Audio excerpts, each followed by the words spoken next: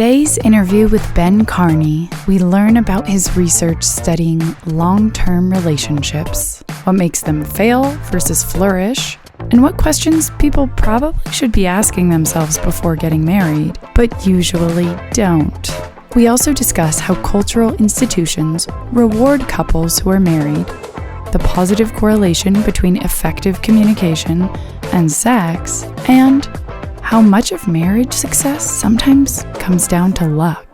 Dr. Ben Karney has spent the past 15 years studying change and stability in intimate relationships, especially in the early years of marriage.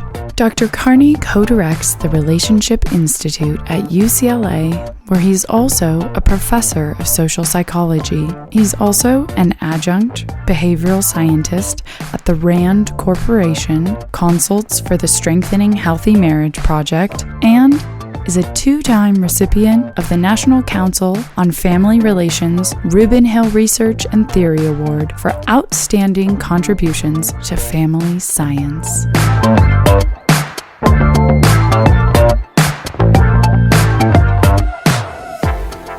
You mentioned kind of one of the non-negotiables being, having kids or not. And so I think that, and this is something that has come up recently with a couple of people I know, where people realize that either, nope, not even before they get married. People don't talk about that.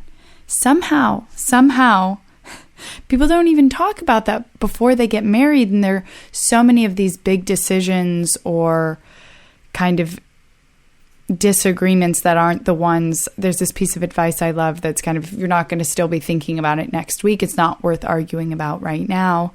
But some of these really huge things that, shape your future in terms of what are your values about XYZ, do you want to have kids or not?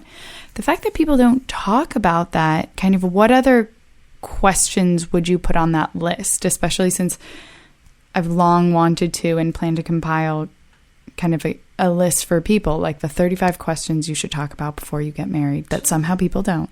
Well, first of all, those lists exist. Those lists, there's plenty of lists available. Not that it wouldn't be useful for you to generate one, but those lists exist. And I understand why people often don't speak about them. Because I think there's a couple things going on early in a relationship. One is that if you like somebody, you want to gravitate towards the things you agree about. And that's actually adaptive.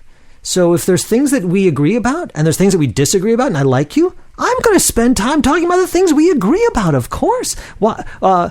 If I have a choice, hey, tonight, what do you want to do? Do we want to have a difficult conversation about something we disagree about that's not a relevant issue that doesn't have to be resolved right now? Or do you want to curl up on the couch and watch Netflix? I know what line I'm standing in.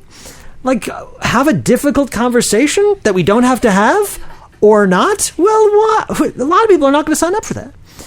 And then, so when does that, but the problem, as you point out, is that leaves us only having that conversation when it's impending, when it's looming, when the sirens are blaring. When it's a reaction to something rather than a prevention of. Nicely said. Exactly. And when it's the worst time to have that conversation. I remember in one of your other interviews, you basically said that, when is the right time to have a difficult conversation? There isn't one. And I love that. And it's so true. And so obviously some of these maybe shouldn't be forced. Maybe we kind of have evolved to be, to have an aversion to difficult conversations because they're not necessary. But for some of those ones that are, how do we go about either having those difficult conversations or making them easier? Great. So I agree with you that it'd be very good to have them, especially early in a relationship. I'm saying I understand why people don't, but of course it's a good idea to have them. So the trick is, can we have these conversations in a way that doesn't make it hard? So what are people afraid of? What are the things that make it hard? One is, I think people fear disagreement. A lot of people think, oh no, I'm scared to have this conversation because I'm scared to discover that we might disagree. I'm loving this feeling. I'm loving this relationship. I don't want to learn that you and I disagree about something, because then I might feel worse about this relationship and I don't want to feel that way.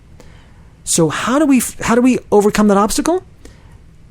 It's tough, but I think the strategy is, what if disagreement is okay? What if we can sort of stretch our heads around, actually, we can disagree and it won't threaten the relationship. Mm-hmm. Now, it might be a problem if we disagree about a deal breaker, like kids. But there's room for disagreement that won't be bad for this relationship. And I think the step to getting there is to realize that if you're with someone long enough and close enough, you will disagree. And it's inevitable. It's not something that good relationships don't do. It's something that every relationship must do. You're not identical to your partner. You'll never be identical to your partner. So the closer you get, the more inevitable it is you will butt up against those things you disagree about. So why not walk into them? You're going to find out about them anyway. I think the key to encouraging these conversations, even though is to admit that they might not be easy, and also to wrap that into intimacy. To say, that's part of being intimate. It's part of being close, is to come up, to see what is it that you disagree about. I think if we can encourage people not to be scared of disagreements, to accept it as a part of intimacy, you get people on that path quicker and easier. I saw a friend I hadn't seen in a while, and I wanted to I didn't know how to phrase the question because I was afraid it would come across weird, but from a perspective of wanting to learn about her relationship. And in general, I said, what are your guys' issues or pain points? And she just was like, oh, we're working on blah, blah, and gave some examples and just went right into it. There was no reaction. And I just couldn't help but think how healthy of a reflection that was on her relationship, that her reaction is subconsciously just, of course, we have problems, and here they are. Here is an example, and this is how we're working on it or navigating it, because it might not change, rather than if your reflex, or if you're even trying to convince yourself that, that's a malicious question for some reason, or that you shouldn't have an answer because you shouldn't have problems. So I just found that really interesting. And I also thought it was, I don't know, for me especially, just a really interesting conversation point to learn about people, and obviously learning about, what they're going through, but also how it applies to other people and what I can learn, from them to help others. Oh, I completely agree. I think that your observation, I share it, that people vary a lot in their orientation towards intimacy. And for some people, I think there's two things going on here. One is that some people think that disagreements are destructive, that a good relationship shouldn't have disagreements. And I think, as we've been saying, that's probably not a healthy position to take, because disagreements are going to happen, so you might as well accept them. I think people also differ in how public they want to be about that, because I think that even people who accept that they and their partner are going to have issues might worry about being judged. Right. So she, presumably, this friend of yours knows you well enough. We were rooming together. We were sharing a bed. So she knows that you're not going to judge. But a lot of us would go out in the world and say, hey, yeah, I've got issues in my relationship, but it's still a good relationship. And I don't trust the people around me will know that. Because we live in a culture that teaches you that the good relationships are the happy, loving relationships. And they're always happy and always loving. And there's not a whole lot of models out there in the media or even in culture. Like there aren't a lot of love stories of relationships that are tough and challenging and still solid. And I think that does make it harder for people to be public about the challenges that they face, and that feeds the cycle. I think if people were more open and honest, saying, "Yeah, I totally love my partner, and these are the issues we have, and we struggle with them because that's what intimacy is about," it would actually make it easier for everybody. And do you think that? How much do you think that has changed, though, and at least kind of we're moving towards a place of that versus, 10 years or 50 years ago? I go back and forth on that question. Yeah. Sometimes, depending on what I'm watching or what novel I'm reading. So, sometimes I see, there are some people telling good stories, real, like what I would say is a real love story about real love and all of its messiness. And then I also think that there's a lot of very idealistic romantic notions that are still very present. You still hear people talking about finding their soulmate, as if there's one person on this planet designated for them. And I think, I can see the appeal of those ideas, but I think they're still very much alive. So I'm not sure how much there's been a cultural change. I think that there's lots of ideas out there, and they're all thriving. How much do you think that there has been a cultural shift or not in terms of how people view marriage and how much of a societal construct it is, if that makes sense, in terms of, it was kind of this, you do that. It almost being a checked box or like a requirement of some sort, the way people view it or idealize it. I guess I'm wondering, as society, culture, so many other things have changed so much that sometimes I wonder, has marriage really changed? And is it, up to date in comparison to certain other things in the world? Or is it kind of slowly not fitting in exactly? There's a lot of pretty good evidence that marriage has changed. So marriage is an institution. It is a socially constructed, socially defined institution. And as society changes, the institution changes. How has it changed? So I'm thinking about analysis from a demographer at Johns Hopkins named Andrew Cherlin, who's one of my academic heroes. And Cherlin observes that in the 1950s, say, marriage was the beginning of your adult life for many people. That's why when you got married, people would give you toasters, because presumably you don't have a toaster. People would give you blankets and bedding because you're just starting out. You're a young person just starting out. You need a toaster and a blanket and bedding because otherwise you don't have it. And then employers want to know that you've got the marriage in place before they're going to give you your job. You have the marriage in place and then you develop your career, if you're a man and even if you're a woman. Cherlin observes that is no longer the case. That with the rise of birth control that gave women the ability to have sexual intimacy without having a child, with the rise of divorce rates, with the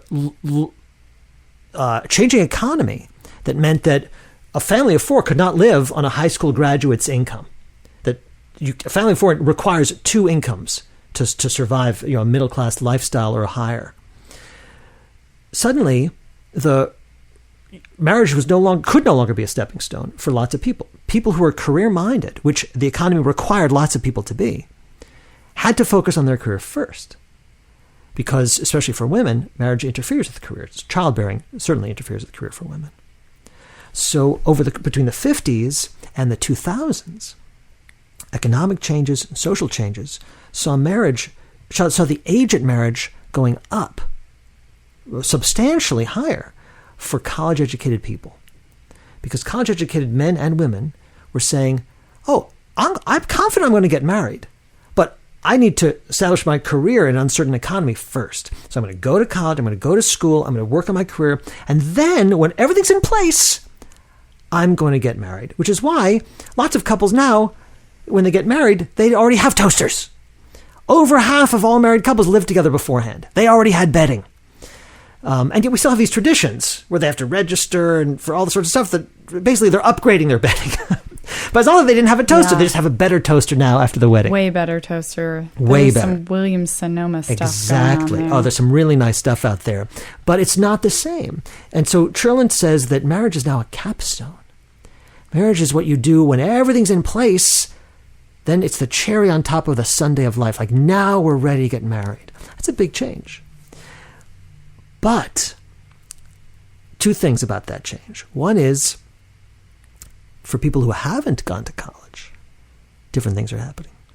For people who don't go to college, for people who don't have a career to hold out for, they're not waiting to get married. Sometimes they're not getting married at all. And when they do get married a lot earlier, and they have kids a lot earlier. Because they're like, well, why wait? It's not like if I wait, I'm going to have a better career. There's not a career waiting for me when I didn't grow up in an environment that gave me access to an education. So what we're also seeing in terms of marriage is a real divergence, a class-related divergence, where college-educated and above are, postponing their marriage, but then they're getting married and they're staying married.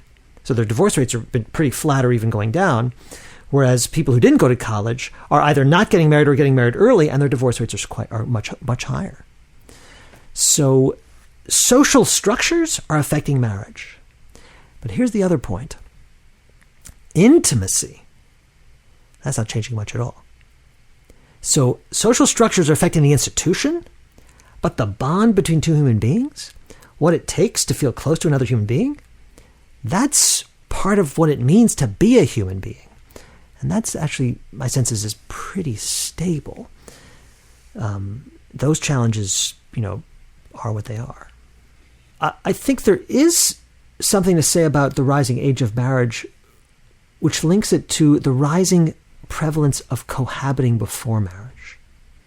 So one of the reasons that people in the United States are marrying at older rates is that they're living together at younger rates. So it's not that. So right now, the age at first marriage is close to 29, 28 for men and women, respectively, in the United States. I don't know what it is in Chile, but if it's higher than that, it's not because people are waiting until their late 20s and 30s to have intimate relationships, or even to have serious sort of life partners. They're not. It's just that they're not formalizing those relationships with marriage until later. Mm-hmm. But the fact that cohabiting has become such a big thing, again, I would guess that's a big thing in Chile as well, so that you have couples who've been together for a while before they get married, and that's different than people who sort of start the relationship, get married, and then live together, which you saw more in previous generations. You touch on, in some of the stuff I've heard you talk about before, how much the world privileges, in a way, or is built for people who are married. And I'd love to kind of hear, because I think a lot of people don't realize that, just hear a bit about that and how you think that plays into that socialization and that construct of marriage as a result. Sure. It'd be hard to argue with the premise that we live in a culture that loves marriage. We live in a culture that romanticizes, idealizes, praises marriage. Every romantic comedy, the happy ending is a marriage. And when someone says they're getting married, you're supposed to squeal with joy. And you quite literally say congratulations. Absolutely. You've done it. You've done what you're supposed to do, which is find a life partner. And we have a tax code that privileges marriage, and we have laws that say, oh, you're married? Well, then step right in. You can visit this person in a hospital. Oh, you're not married? Well, stay away. If you're married, you can inherit property from a partner. There's a lot of privileges, legal, social, cultural, that we give to married couples that, A, we don't give to unmarried couples. So if you're an adult and you're not married, what do you call your partner? Like, my boyfriend. So in Berkeley, it's a lot of even people who are in hetero relationships, even people who identify as straight and have a partner of the opposite sex, have started defaulting to partner as kind of the pronoun or the word to refer to their person. And I was in Cleveland. I wanted to refer to a friend's dad and his, at the time I used the word partner because it's his girlfriend of 10 years. And when I say, oh yeah, her dad and his girlfriend, it just doesn't feel like it really conveys the, commitment, the gravity of the relationship. And I was thinking, what word do I use anyway? So then I said partner, and then I clarified, well, it's, his girlfriend, but of 10 years. And the person said, oh, I assumed it was a male partner. I assumed that just meant that he was in a same-sex relationship. And so I don't know what word you use. And it reflects the fact that we have a culture that doesn't have a really sophisticated language for non-marital intimacy. And that speaks to the fact that when there's intimacy, you're supposed to be heading towards monogamous, socially recognized commitment that we call marriage. And don't even get me started about how we privilege couples over single people. And the researcher Bella DiPaolo has written about this at length. She's coined the idea of singleism, which is to say prejudice against people not in a relationship. She's shown in all sorts of research that we harshly judge adults who are not in relationships and reward adults who we think are in relationships. So we live in a culture that says relationships good, single people not as good, which makes it challenging for people who might, A, be unhappy with their relationships and want to leave, or might be comfortable alone and not want a relationship, or might want a relationship but not want to proceed to marriage, and yet they want their partners to be treated with gravity and respect. So if I say this is my spouse, everyone knows how to treat my spouse. If I say this is my wife, everyone knows exactly what to do. If I say this is my partner, people won't know what to do. If I say my girlfriend, people think, oh, are you in high school? So yeah, we do live in a culture that privileges marriage as a stage in life that you should all aspire to, which is fine for some people, but not for everybody. And I think it makes it hard for people who don't fit the standard model. Could you explain to our listeners a little bit about what self-expansion theory is? Self-expansion theory was developed by a social psychologist named Arthur Aron. And Arthur Aron said, what makes love thrilling is that when I form a relationship with somebody, I actually expand my sense of self to include that other person. And the process of becoming more than I was, now becoming not just me, but us, and that you're part of me now, that's a very exciting feeling. It's part of growth. And the idea is that we're expanding ourselves through our relationships. And it's what makes those first years exciting. Like, wow, I knew what I knew. Now I know what you know. I had my interest. Now I've got your interest. Wow. Now I used to be one person. Now I'm a couple. This is amazing. Thrilling, right? That's because we have a desire for self-expansion. So what happens when I've included you? No. You've been part of me for a long time. I know what you've got. I'm comfortable with us. Well, then we're not expanding anymore. So self-expansion theory says growth is thrilling. Relationships at the beginning lead to self-growth, so that's thrilling. They stop being thrilling when people stop growing or expanding or learning new things. And then people, this doesn't feel good anymore, and they get disappointed. So what do you do about that? Well, what Arthur Aron says is, invest in expansion. Expand as a couple. There's things you can do. What can you do with your partner that says, well, wait a minute, we haven't stopped growing just because I know you now. That's what travel does. That's what learning a new skill does. That's what developing new friends does. And what he's saying, and I think it connects to sort of the things that Esther Perel has said about familiarity not being sexy, is that couples can, that's why hotel sex is sexy. Because, the environment is unfamiliar. Suddenly you're unfamiliar again, and then it's thrilling, it's expansive again, and sexy again. It relates also to Esther Perel's work about infidelity, because she talks about how when people cheat on their partner, they're not looking for another partner. They don't want to replace that partner with this other person. What they're actually looking for is another version of themselves. So they've become dissatisfied, or they're yearning either to return back to someone they used to be or be somebody they never achieved. They're searching for something else within themselves and just using that other person kind of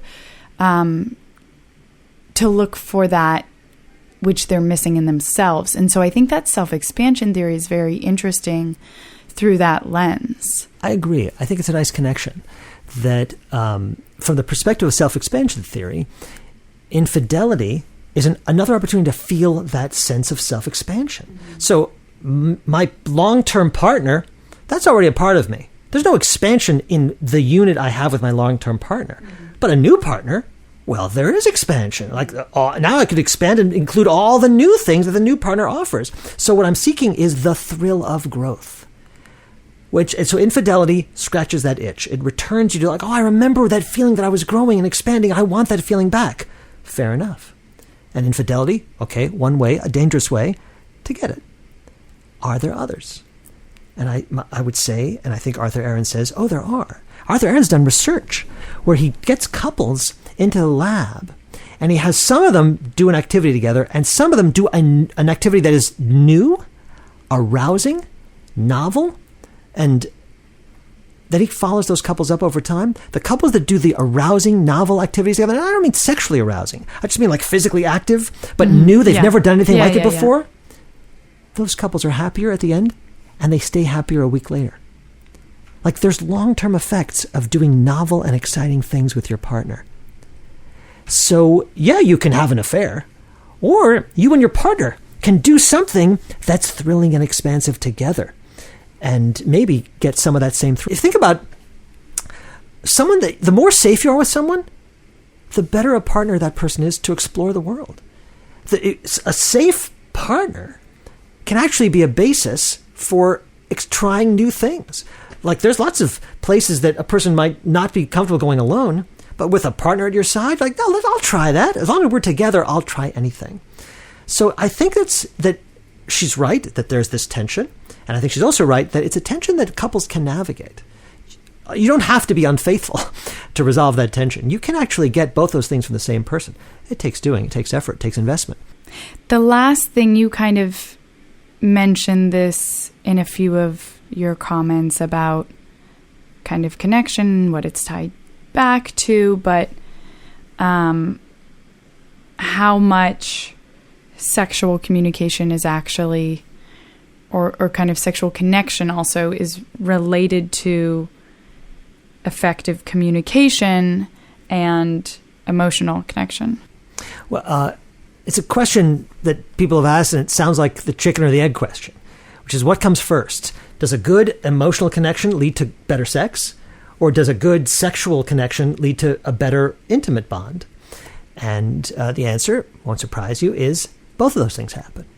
So a lot of research shows that couples who communicate more effectively, who support each other, who love each other, also have better sex. But it's also true that for couples experiencing other kinds of vulnerabilities, a good sexual connection can compensate.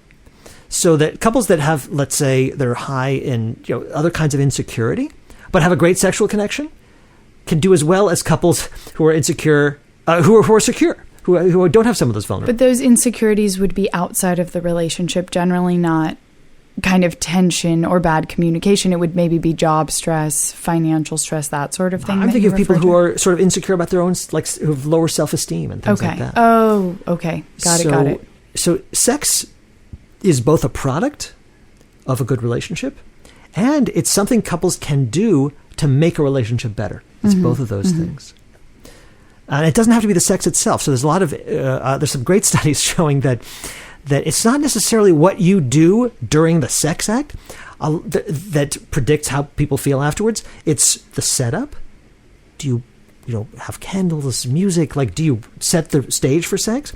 And also, there's a great study by Emily Impett and Amy Muse that said that the length of time people spend cuddling after sex, independent of what happens during sex, predicts long-term outcomes. I love that independent of what happens during sex part. That's amazing. Well, I'm going to end it there on a great note. Thank you so much for joining us, and looking forward to talking more. That's my pleasure. Thanks for having me, Sasha. The BBXX podcast, Let's Get Intimate, is produced by Sasha Laurie in Berkeley, California. Dialogue, narrative, and content crafting by Amy Soper. Audio editing, Good Music Vibes, and sound mixing, Daniel Herrera. You can learn more on our website or on our social media at bbxx.world. And if you believe in what we're doing, please do help spread the love by sharing this with someone you care about. Until next time.